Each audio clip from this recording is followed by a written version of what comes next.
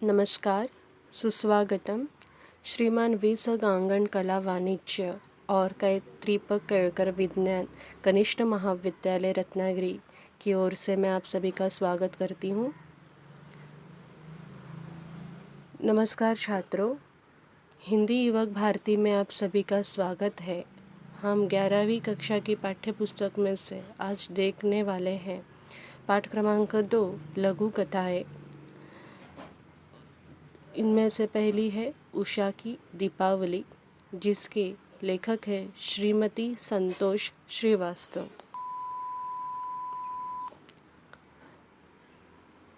लेखक परिचय। सबसे पहले हम पाठ की शुरुआत करने से पहले लेखक परिचय देखते हैं। संतोष श्रीवास्तव जी का जन्म 23 नवंबर 1952 को मंडला, मध्य प्रदेश में हुआ। आपने एमए इतिहास, हिंदी, बीएड तथा पत्रकारिता की उपाधियां प्राप्त की। नारी जागरूकता और उसकी अस्मिता की पहचान आपकी लेखनी के विषय है। आपकी रचनाओं में एक और वर्तमान स्थितियों तथा सामग्रियों का चित्रण दृष्टिगोचर होता है, तो वहीं दूसरी ओर जीवन जीने की छटपटाहट और परिस्थितियों से लड़ने की सार्थक सोच भी है।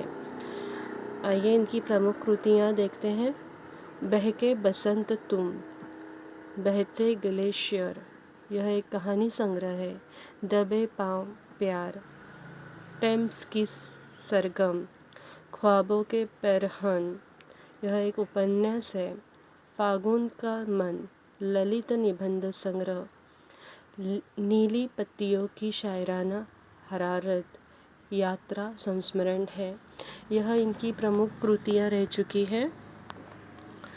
अब देखते हैं कि इस पाठ की जो विधा है लघु कथा, उसका परिचय देखते हैं। विधा परिचय। लघु कथा हिंदी साहित्य में प्रचलित विधा है। यह गद्य की ऐसी विधा है जो आकार में लघु है, पर कथा के तत्वों से परिपूर्ण है। कम शब्दों में जीवन की संवेदना, पीड़ा, आनंद को सघनता तथा गहराई से प्रस्तुत करने की क्षमता इसमें होती है। किसी परिस्थिति या घटना को लेखक अपनी कल्पना का पट देकर रचता है। हिंदी साहित्य में डॉक्टर कमल किशोर गोयनका, डॉक्टर सतीश दुबे, संतोष सुपेकर और कमल चोपड़ा आदि प्रमुख लघु कथाकार रहे हैं। आइए हम पाठ परिचय देखते हैं। उषा की दीपावली लघु कथा अनाज की बर्बादी पर बाल मन की संवेदनशीलता और संस्कारों को जागरूक कराती है। एक और थालियां भर भर कर झूठन छोड़ने वाले लोग हैं, तो दूसरे ओर अनाज की एक एक कौर को तरसते और विभिन्न तरीकों से रोटी का जुगाड़ करते लोग हैं। साथ ही यहाँ पर हम पहले पाठ की उषा की दीपावली का हम पाठ परिचय देख लिए। अब देखते हैं, पाठ का प्रारंभ करते हैं। उषा की दीपावली। देखिए इसमें क्या कहा गया कि दीपावली का अवसर था नरक चौदस की दिन। चौदस का अर्थ आपको पता ही होगा, चतुर्थी। दीपावली का अवसर था नरक चौदस के दिन उषा के घर आटे के दीपक जलाकर सभी दरवाज़ों और कंपाउंड की मुंडेर पर रखे गए थे। उषा का घर पकवानों से भरा हुआ था। उषा सुबह उठकर बाहर आती है तो देखती है कि सफाई करने वाला बबन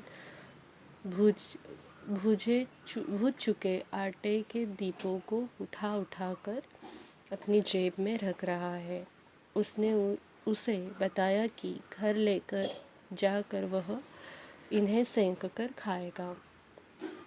यह सुनकर उषा सन्न रह जाती है। वह सोचती है कि दावतों में किस तरह भोजन बर्बाद करते हैं, और बबन रात भर जले हुए आटे के दीपों को सेंक कर खाएगा। वह घर जाकर एक थैली में पकवान भर कर लेती है और बबन को देती है। बबन की आंखें भर आती हैं। यह इस पाठ का सारांश रहा। तो चलिए हम पाठ प्रारंभ करते हैं। दादी ने नरक चौदस के दिन आटे के दीप बनाकर मुख्य द्वार से लेकर कमरे की तहरी जगमगा दी थी। घर पकवान की खुशबू से तरबतर था।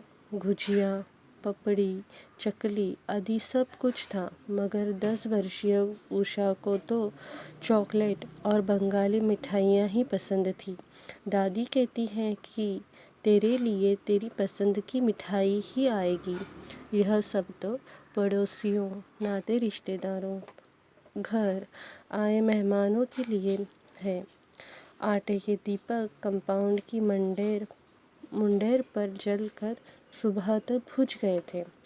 उषा जॉगिंग के लिए फ्लैट से नीचे उतरती है तो उसने देखा पूरी कंपाउंड पटाखों के कचरे से भरा हुआ था। उसने देखा सफाई करने वाला बबन उन दीपों को कचरे के डिब्बों में न डाल अपनी जेब में रख रहा था।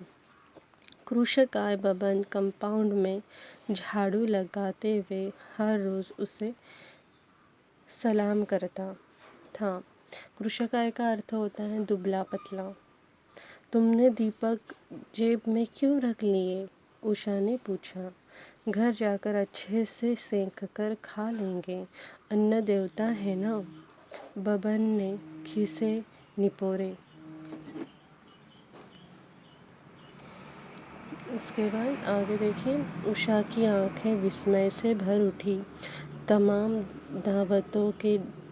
दावतों में भरी प्लेटों में से ज़रा ज़रा सा टूंगने वाले मेहमान और कचरे के डब्बे के हवाले प्लेटों का अंबर उसकी आंखों में सैलाब बनकर उमड़ आया। वह दौड़ती हुई घर गई, जल्दी जल्दी पकवानों से थैली भरी और दौड़ती हुई एक सांस में सीढ़ियाँ उतर गई। अब वह थी और बबन की ओर कांपती थैलियों पर पकवान की थैली। उषा की आंखों में हजारों दीप जल उठे और पकवानों की थैली देखकर बबन की आंखों में खुशी के आंसू छलक आए। यह जो कहानी है, यह कहानी का उद्देश्य है कि हमारे देश में बहुत सारे गरीब और बेसहारा लोग हैं। उनके पास अपना पेट भरने के लिए 2 वक्त का अन्न भी उपलब्ध नहीं होता है। कई लोग तो भूख के कारण दम तोड़ देते हैं। बड़े बड़े कारखानों में, दुकानों में बंद किया गया भोजन जब नहीं बिकता तो उसे कचरे में फेंकने से अच्छा किसी का पेट भरने के लिए अन्न बैंकों में देना चाहिए।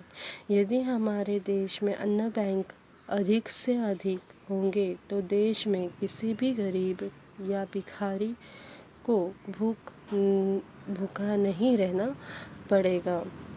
यह एक संदेश इस कहानी द्वारा हमारे सामने दिया गया है। चलो इस पाठ पर आधारित कृति पत्रिका देखते हैं। कृति पत्रिका 1। निम्नलिखित गद्यांश पढ़कर दी गई सूचनाओं के अनुसार कृतियाँ पूर्ण कीजिए। अभी देखो यहाँ पे प्रश्न लिखा हुआ है, घर में बने पकवान। घर में बने पकवान कौन से हैं? तो पहला है गुजिया, दूसरा पपड़ी, तीसरा चकली। यह इसके उत्तर है, गुजिया, पपड़ी, चकली। कृति 2। कृति पूर्ण कीजिए। घर में बने पकवान इनके लिए थे। किन लोगों के लिए बनाए गए थे? तो पहला है पड़ोसियों के लिए, नाते रिश्तेदारों के लिए और घर आए मेहमानों के लिए। पहला है पड़ोसी के लिए, दूसरा है नाते रिश्तेदारों के लिए और तीसरा घर आए मेहमानों के लिए। लिखिए, आपके स्वाध्याय में पाठ्य पुस्तक जो है पाठ के अंतिम में स्वाध्याय दिए गए हैं। उसमें पहला ये प्रश्न पूछा गया है कि दावत में होने वाली अन्न की बर्बादी पर उषा की प्रतिक्रिया। तो उषा की प्रतिक्रिया क्या थी कि उषा बहुत दुखी हुई। उसने तुरंत घर जाकर पकवानों से थैली भरी और बबन को लाकर दे दी। ऐसा करके उषा को आनंद की अनुभूति हुई। अब यहाँ पे देखो, घटनानुसार उचित क्रम लगाकर वाक्य फिर से लिखिए। आपके सामने पाठ्य पुस्तक होगी और परिच्छेद में आपने इन वाक्य जो 4 वाक्य दिए गए हैं उनका उचित क्रम लगाना है कि उषा की आंखों में हजारों दीप जल उठे, घर पकवानों की खुशबू से तर था, उषा की आंखें विस्मय से भर उठी, वह दौड़ती हुई घर आ गई। तो इसमें देखो किस तरह से है, तो जो पहला वाक्य दिया गया है परिच्छेद में वह है घर पकवान की खुशबू से तरबतर था। यह पहला वाक्य आएगा। उसके बाद घटनाक्रम के अनुसार दूसरा वाक्य कौन सा आएगा? उषा की आंखें विस्मय से, तीसरा जो वाक्य है, उषा की आंखें विस्मय से भर उठी। उसके बाद तीसरा वाक्य है वह दौड़ती हुई घर गई और अंतिम में आएगा उषा की आंखों में हजारों दीप जल उठे। वैसे ही यहाँ पे उसके उत्तर दिए हुए हैं, वो आपने लिख लेना है। कृति 2 शब्द संपदा में आपको पूछा जा सकता है कि निम्नलिखित शब्दों के समानार्थी शब्द लिखिए। दीपक, खुशबू, मेहमान और घर। अब इनके समानार्थी शब्द दीपक यानी दीप, खुशबू यानी सुगंध, मेहमान अर्थात अतिथि समानार्थी शब्द घर, सदन। उसके बाद कृति 2 निम्नलिखित शब्दों के वचन बदल कर लिखिए। अब यहाँ पे वचन बदल के लिखना है। मिठाई, मिठाइयाँ, पटाखे, पटाखा, डिब्बा, डिब्बे, थैलियाँ, थैली, आँख, आँखें, खुशियाँ, खुशी। इस तरह से वचन बदल के उत्तर आ जाते हैं। अब अभिव्यक्ति पर आधारित प्रश्न है। देखो, अन्न बैंक की आवश्यकता, इस पर अपने विचार लिखिए। हमारे देश में बहुत सारे गरीब और बेसहारा लोग हैं जिनके पास अपना पेट भरने के लिए 2 वक्त का अन्न भी उपलब्ध नहीं होता है। कई लोग भूख के कारण दम तोड़ देते हैं। कुछ लोगों ने इस समस्या की ओर ध्यान देकर अन्न बैंकों का निर्माण किया है, जिसके माध्यम से वे लोगों को निःशुल्क अन्न उपलब्ध करा रहे हैं। परंतु आज भी ऐसी कई जगहें हैं जहां पर लोग खाने के लिए तरस रहे हैं। ऐसे लोगों की सहायता करने हेतु और अधिक अन्य बैंकों की आवश्यकता है, जिसके लिए सरकार एवं देशवासियों को अपना पूर्ण योगदान देना चाहिए। उन्हें अन्य बैंकों का निर्माण करके भूखे लोगों को मुफ्त में भोजन उपलब्ध कराना चाहिए। छोटी बड़ी पार्टियों में बचे हुए साफ भोजन को फेंकने के बजाय अन्न बैंक में देने के लिए प्रेरित करना चाहिए। इस तरह से हमने अभिव्यक्ति पर आधारित प्रश्न देखे। आशा करती हूँ कि आपको ये पाठ समझ में आया होगा।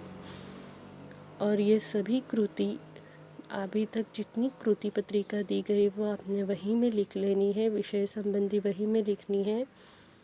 पाठ क्रमांक 2 की कृति भी आपने विषय संबंधी वही में लिखनी है। धन्यवाद।